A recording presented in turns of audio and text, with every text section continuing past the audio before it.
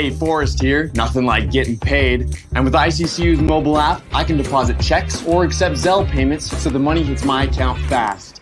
I just wish there was an app for mowing the rest of these lawns. Right now, Lithia Ford of Boise is buying used vehicles. How much you want for the SUV? I don't know. Well, Lithia Ford will give you more than that. How much more? More than you think. I'm not thinking anything. I'm thinking you might get even more than that. See how much more you can get at Lithia Ford of Boise.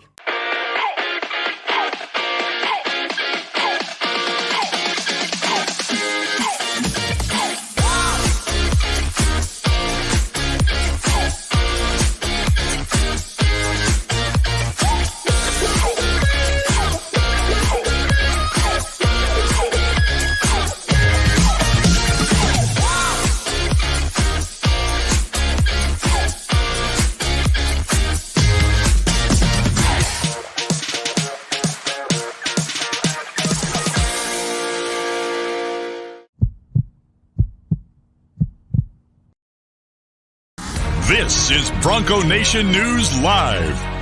The best interviews, the most informed opinions, the latest breaking news, all from the top Boise State insiders. It's Mondays with Mallory with KTIK 95.3 FM The Ticket's John Mallory. Listen to Idaho Sports Talk with Prater in the Ballgame weekdays from 3 to 6 on 95.3 FM The Ticket and online at KTIK.com. Now, here's Johnny Ballgame and BJ Rains with another edition of Bronco Nation News Live.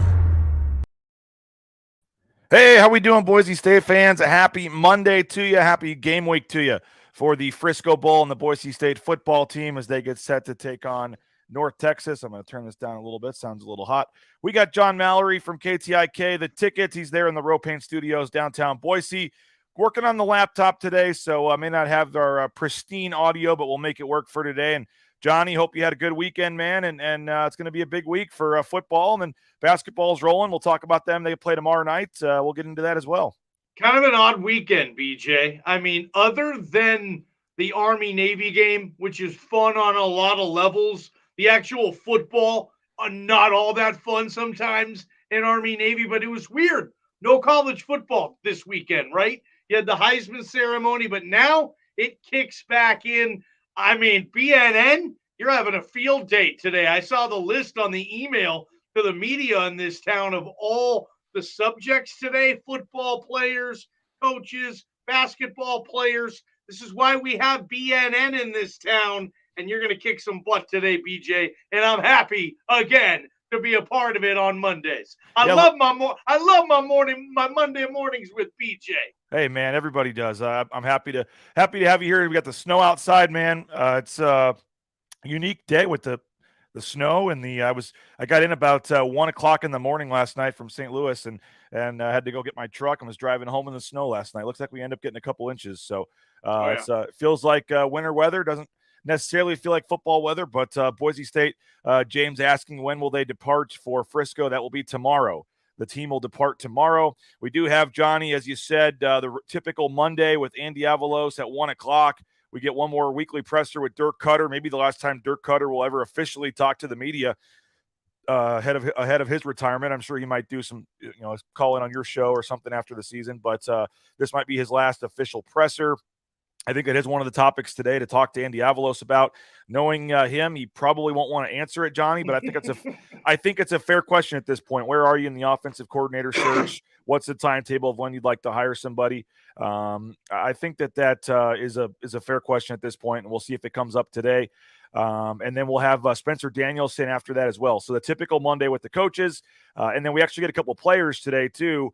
And it is, you're right. They're juggling schedules and things and trying to help the media out a little bit. So we're actually starting around 11 with some players. We got DJ Schramm, I think Latrell Caples, Gabe Hunter. We'll talk to the media today. And then Coach Rice and Tyson Degenhardt are actually going to come over and do their interviews in the football facility to help out the media that are going to be there for Avalos. So we'll do basketball and then we'll go back to the coaches. So full couple hours with some interviews.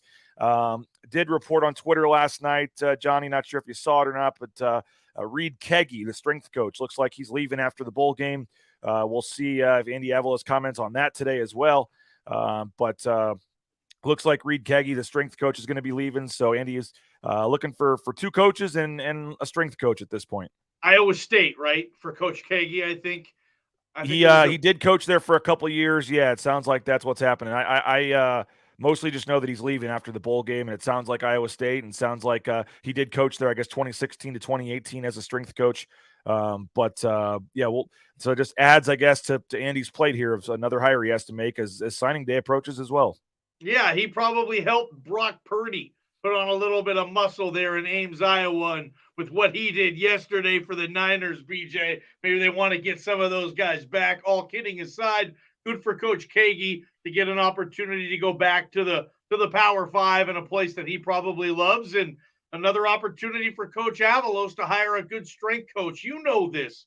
The strength coach is such a key ingredient in cooking the meal of a football program. Some strength coaches now in this country are the highest paid coach on staff after the head coach. It is a very important piece. And Boise State's been fortunate over the years to have some really good ones. And hopefully Coach Avalos can make that happen again. And I think it's fair to ask Coach Avalos where he is in the process of bringing in an offensive coordinator and quarterback coach. But I'm not sure Andy is going to give it much. It'll probably be, hey, we're here to talk about the bowl game. We're here to talk about North Texas, and that's what we're going to do. We'll see if it goes any different than that. Let's just hope Jordan doesn't ask it. We may have a chance of getting an answer. But, maybe. By the way, Jeff Pittman, the old strength coach with Harsin, is out of a job right now. He got fired at Auburn with Harsin. So you wonder if Jeff Pittman might be a guy that gets some consideration to come back as strength coach here. I'm not sure how much money he would need. Obviously, he was making, had a significant raise to go down to Auburn. I don't know what his contract situation was. Maybe he'd take less because they're still paying him. I don't know. So we'll see. But yeah, that adds to the plate for Andy Avalos and company as they move forward here, trying to get ready for first the game this week and then signing day as well. And what do you make of the OC search, Johnny? It has been really quiet. I talked to Prater about it last week. We spent almost the whole show last Thursday with Prater talking about it. I know you guys interviewed some of the candidates on your show last week, or some of the candidates that we would think would be candidates. I don't know if they actually are. I would love Mike Sanford Jr. to get the job. I heard that interview. You guys did a great job. Doesn't sound like there's even been any talk, so I would think he's not a candidate at this point. But that was a little disappointing that it sounded like him and Andy hadn't even talked about the job. I think he'd be a perfect fit to come back in for a couple of years with Taylor Green. But I know you have all the traditional names, the Kirby Moores of the world, the Dinwiddies. Mark Helfrich's name came up at one point. Do you think, where do you think they're at with this? When do they need to announce this? I would assume before signing day. And do you think, is it going to be one of the obvious candidates we're talking about here? Or do you think it's going to be someone that comes out of nowhere that we didn't really think about?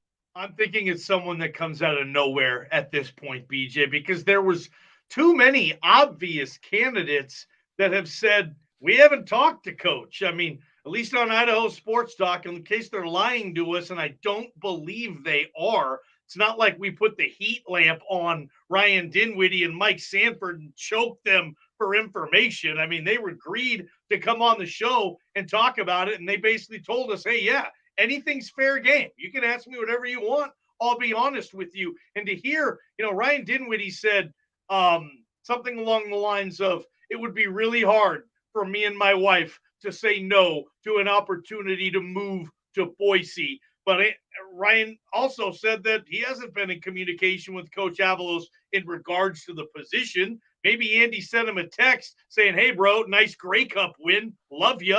And Mike Sanford said he hasn't talked to Coach Avalos. I'm with you. I'm more of a Sanford guy on this. He's been around the block a couple of times, and that doesn't scare me. I know a lot of people on your Twitter feed have indicated, I don't want Sanford because he's a job hopper. As soon as a better deal for a little more cash comes, he's gone. I don't think that would be the case at this point in Coach Sanford's career. And to get that type of tutelage, I mean, we can spend the whole show talking about quarterbacks that Mike Sanford Jr. has helped make a lot of money in this thing, not just as players, but I'm sure future coaches as well. I think you give him Taylon Green. We all saw what he could do with this offense in 2014 when they went and won a Fiesta Bowl. I would love Coach Sanford to get that opportunity, but this is Andy Avalos' decision. Boise State keeps this in the family with their hires more than just about any team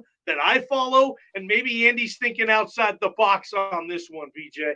Yeah, and he did say, right, that on your show that was one of his biggest regrets was leaving after 1 year.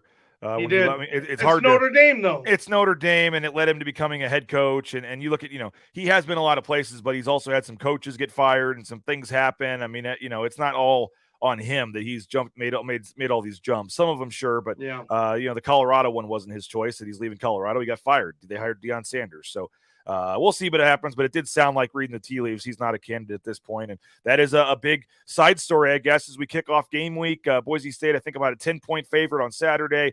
Like I said, they're doing the kind of a normal game week, but they'll fly down tomorrow and practice Wednesday, Thursday, Friday down there in Frisco before the game on Saturday night. There is a press conference on Friday.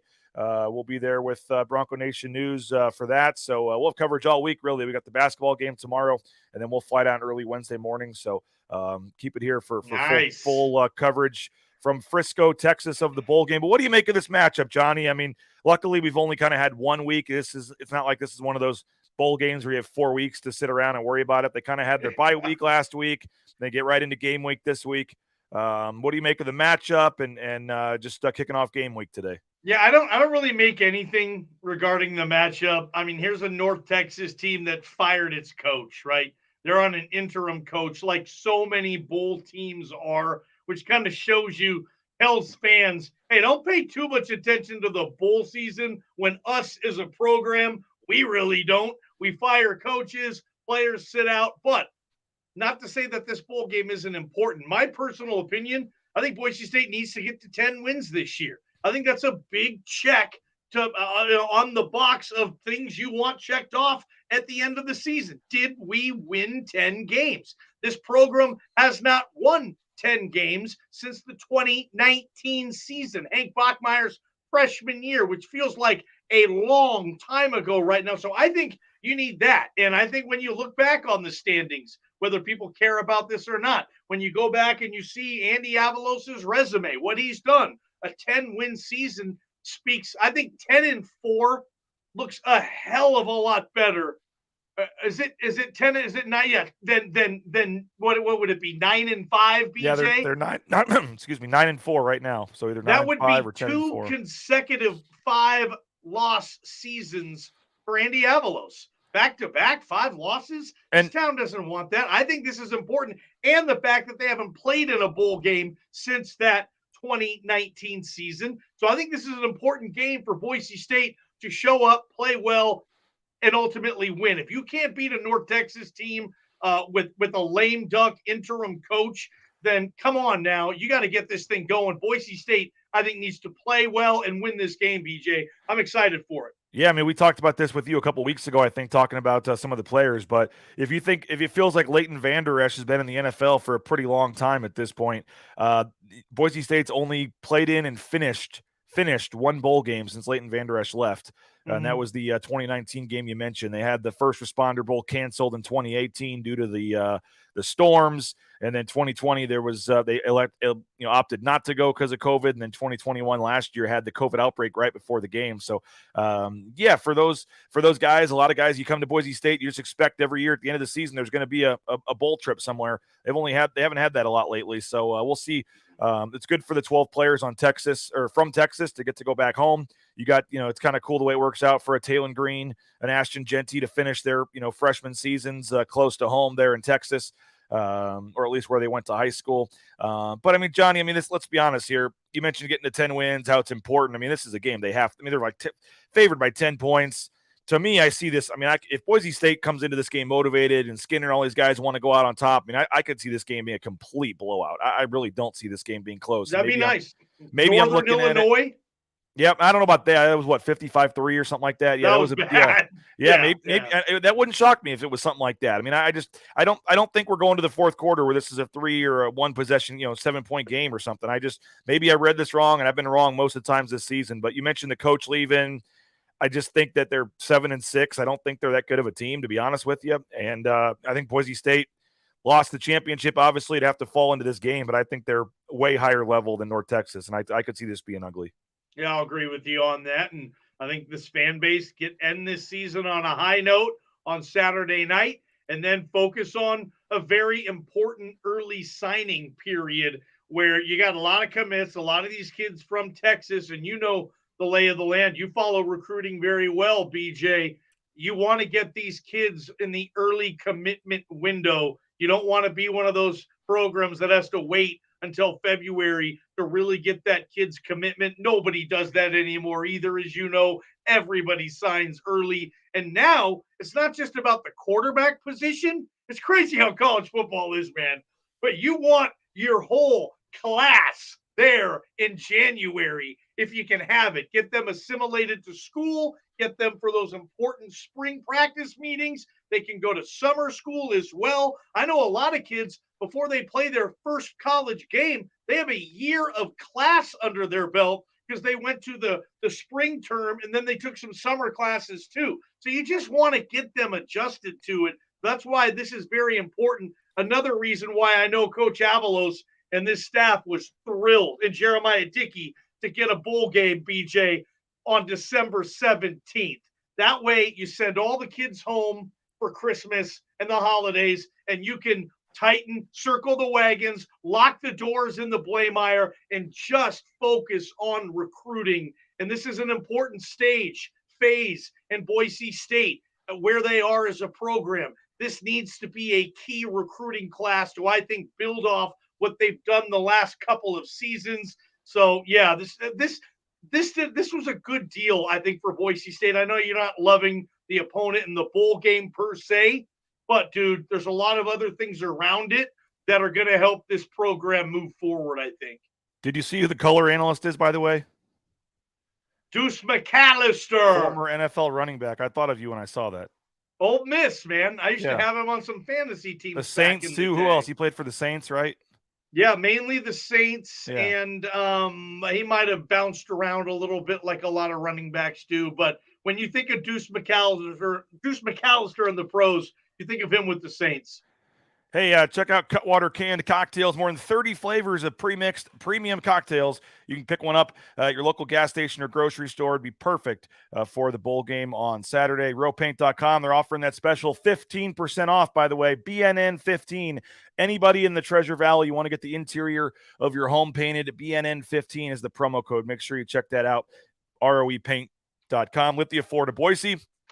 Check them out, lithiafordboise.com. Do what the Raines family did. Found our vehicle online and then went and test drove it. Test drove two, actually. Picked the F-150, and we were on our way in a couple of hours. You can find their full inventory vehicles at lithiafordboise.com. Idaho Central Credit Union, ICCU.com. We appreciate them as well. Check them out, ICCU.com. More than 500,000, more than 500,000 folks have made the switch to Idaho Central Credit Union. You can as well. All the app is just so easy to use, and we're thankful for our relationship with Idaho Central Credit Union and the Blue and Orange Store. Check them out, theblueandorange.store.com. You get a $40 order, and you get free shipping. So make a $40 order, get free shipping, get that Christmas gear in for the family before Christmas, order some new Boise State gear, and you will not be disappointed. Johnny, we're 2 weeks in to our Subscriber Appreciation Month. I want to mention this real quick. We're giving away the trip, as everybody knows, or hopefully knows by now.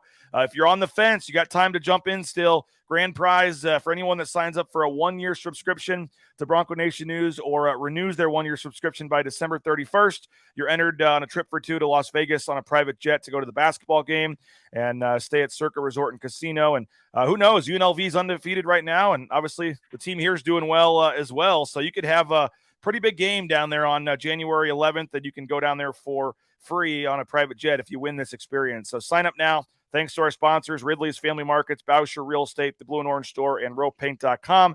And we got some weekly prizes as well. This week, Johnny, we are giving away a really nice Michelob Ultra snowboard.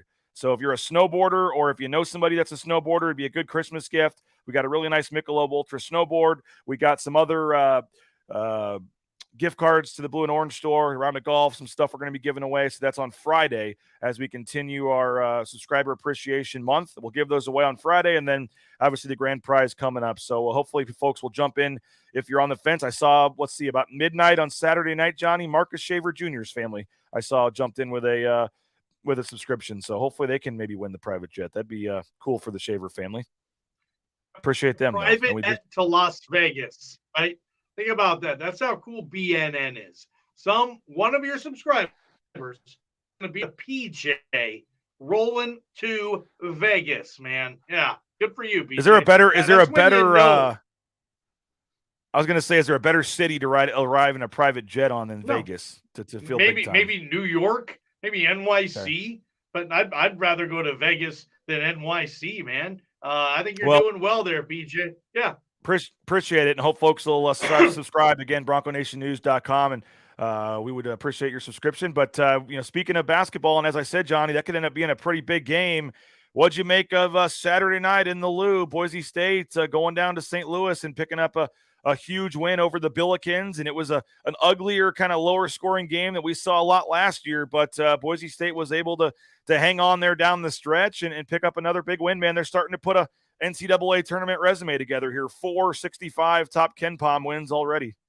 God, that blocking call on Tyson Degenhart at the end of the game still fumes me, BJ. That's just a porous bull. That's a bullshit call, BJ. There you go. You can't mute that.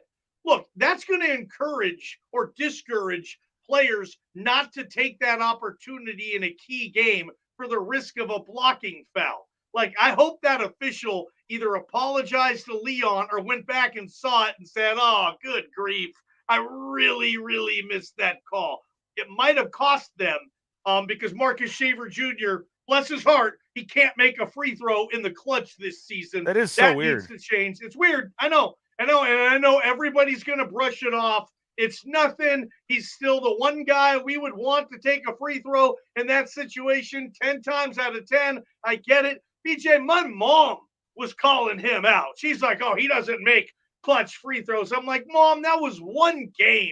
Relax. Then what happens? He misses what? The next 4? I'm like, I can't even defend the guy. But luckily they got the win there, and Shaver played great, and he is an all-conference player. But you're right. You said it better than I could.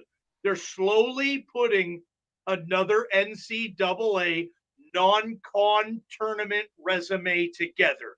They are doing what they needed to do in the non-con to where at the end of the year, if they're second or third in the Mountain West, they're going to be one of those teams you're going to look at, and you're going to look at their non-con, and you're going to say, yeah, okay. They made this tournament last year. Okay. Yeah, Leon's continuing to do this. Okay. Yeah, exactly. If they handle their beeswax in conference, BJ, I think this fan base might get to go dancing again. And wouldn't that be cool? This program, I think, has never been to 2 consecutive NCAA tournaments. No. One time they did with Bobby Dye, but not in the Leon Rice era, consecutive seasons, BJ. I think there's an opportunity for that to be had. And also, this is a good thing. The league's good this year. At least on paper, BJ. At least on paper, there's undefeated teams. They have really high net and KenPom rankings. So everything is setting up for a really fun spring. I know you want it on BNN. I want it on Idaho Sports Talk. When basketball can carry its own water in this town, we don't have to create spring football stories here to pique our viewers and listeners. It really does help. And Leon's doing a tremendous job with this program, man. And it's fun to pay attention to. Are they home this week, BJ? Tomorrow night and Sunday. They're home tomorrow night and Sunday. Tomorrow night's a big matchup with New Orleans University tomorrow, and then you got Oakland University. Is that in Michigan somewhere, I believe? Yep. On Sunday. So two winnable games, 2 games that they should probably win fairly easily. That would put your winning streak at 9 games. You'd be 10-2 on the season at that point, going to Santa Clara old coach Scott Garson for kind of a sneaky, tough road game right before the Christmas break. But they could go into conference play, Johnny, 11-2 and on a 10-game winning streak potentially, and got some big games coming up early in conference. I'm having trouble. I sent myself the clip, Johnny, and I can't. Oh, I just got it. Maybe I can download it real quick. I do have another angle of the. I do have another angle of that Tyson Degenhart charge, which may change your mind a little bit on the call. I'll get it loaded while we're talking here and show it before we get out of here in the next couple of minutes. But like what? He was moving still. His left foot was kind of sliding over. Yes, I think I called it the worst call I've ever seen in my entire life after seeing the broadcast that somebody posted on Twitter, and then I went and looked at the video that I had courtside, and I've got a better angle. And I think he was still moving. So I'll just give a key moment too in the game. I mean, it was one of those calls. I didn't feel like it was one of those calls that could have went either way. It also came right after. It also came right after Marcus Shaver Jr. drove the lane and looked like he got clobbered, and there was no call. On, and who knows if he'd have made the free throws? But in a 2-point game with a minute left, I guess you just expect, right, that the hometown team is going to get the calls. And if you remember last year in St. Louis, or in when they played St. Louis, it was in Boise. There was a close call late in the game where Boise State did not get a close call when it was Mountain West refs, when you would think that would have happened, and it didn't. There was a play, I think Marcus Shaver Jr. got tripped in overtime. They didn't call the foul. I've got the play here, Johnny. We'll go ahead and put this on the screen. Maybe I can ease your concerns a little bit. We'll play it again here.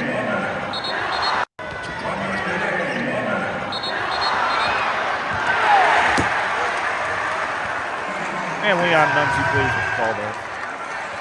You feel any differently about it? Yeah, okay. And on that angle, BJ, it looks like it turns into a call that could go either way. I always like to lean on the side of the charge, though, to reward a defender for sacrificing his body. And usually the dudes that are good at that are like the smartest players on the court. They just have this sixth sense of when to get there and take a key charge. And you saw Tyson Degenhart. He probably led the league last year. I wish that was a stat. It's not. I don't know if anybody tracks it on charges taken, but he would have led the league. And I just felt, but that angle does look a little different, BJ. It does. What do you make, man, though? That's 8 in a row now, or 7 in a row. They're 8-2. I mentioned they got a chance for some more wins this week to get that winning streak going. They got Santa Clara. You look at KenPom, and I know these are just projections, Johnny, but they're only underdogs, at least, and projected to lose by KenPom in 4 more games the rest of the season now. Obviously that's not to say that's going to happen, but, that would put you at 25-6 again in the regular season. And you're in. You're probably on the 8-9 game or the 7-10 again. We'll see, but you'll win one you probably shouldn't win. You'll lose one you shouldn't lose, but you hope it evens out. Obviously that's kind of what's happened already, where you lost to South Dakota State in the first game of the season. That's one that's probably going to come back and bite you. You'd like to have that one. Certainly wasn't as bad as the Bakersfield loss last year, when you look at the numbers. But still, that was a winnable game, and maybe you should only have one loss at this point. The Charlotte loss obviously was bad with the 11 points in the first half, but that kind of led to the changes in the starting lineup. They moved Najee Smith to the starting lineup after that Charlotte game, and they haven't lost since. So overall, though, Johnny, it was an incredible run last year, winning the 14 in a row, winning the Mountain West, winning the tournament, and this is obviously a different team. How do you like how this team's kind of coming together here based on what we saw last year? They're a lot better than I thought they would be, seeing them early on. And I just felt like, gosh, you're really going to miss Kejab, E-Man, and Armouche. And not saying that they won't miss those guys. They will, and they do. But they're finding a way with what they have to still, I like the analogy, to still cook the meal that tastes as good as a team going to the NCAA tournament. They're finding ways. Max Rice obviously is having a huge year, and the others we've talked about, Shaver, Degenhart, all league players. I'm concerned about what they're going to do down low. I was hoping Lucas Milner could be somewhere close to Armouche this year, and he's not. I thought Big Mo played pretty well against St. Louis, though. Agree. They needed that. Even one of those dudes where You can't look at him to score 7, 8, 9 points like Armouche could do, 10, 12 sometimes. But at least having the body in there, teaching him to play defense in team defense, hopefully that will help. But win these 2 this week for sure. That'd be 9 in a row going to Santa Clara for the pre-Christmas game, and that's a weird December 22nd, like 2 p.m. game on a Thursday or something because they're trying to let the players fly out for Christmas after the game on both teams.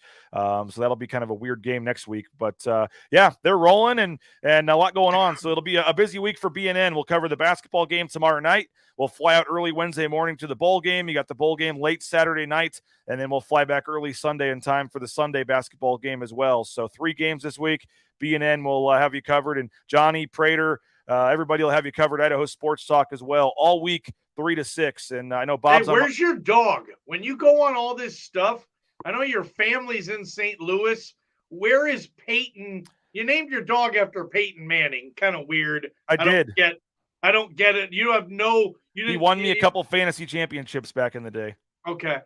What did you take Peyton to grandma's house or something? Who watches your dog? It's a combination. We do take her to the dog kennel at times, but the last trip and this trip are my mother-in-law's watching her. So my mother-in-law and in-laws live here, so they're able to help take her at times. And so, yeah, landed at about 12:15, had to go over to pick her up at the house, and then came back, and it was snowing and bad weather, but back, ready to roll. Big day today. And as you said earlier, Johnny, a lot of interviews, football and basketball today, and I'm sure you guys will have it all covered 3 to 6. Idaho Sports Talk, 95.3 FM. You can listen on KTIK.com, download that KTIK app as well, and you can hear Johnny and Prater talk all about the Frisco Bowl all week and the basketball team as well. And we'll be listening, Johnny. We appreciate you as always, man, and have a great day, man.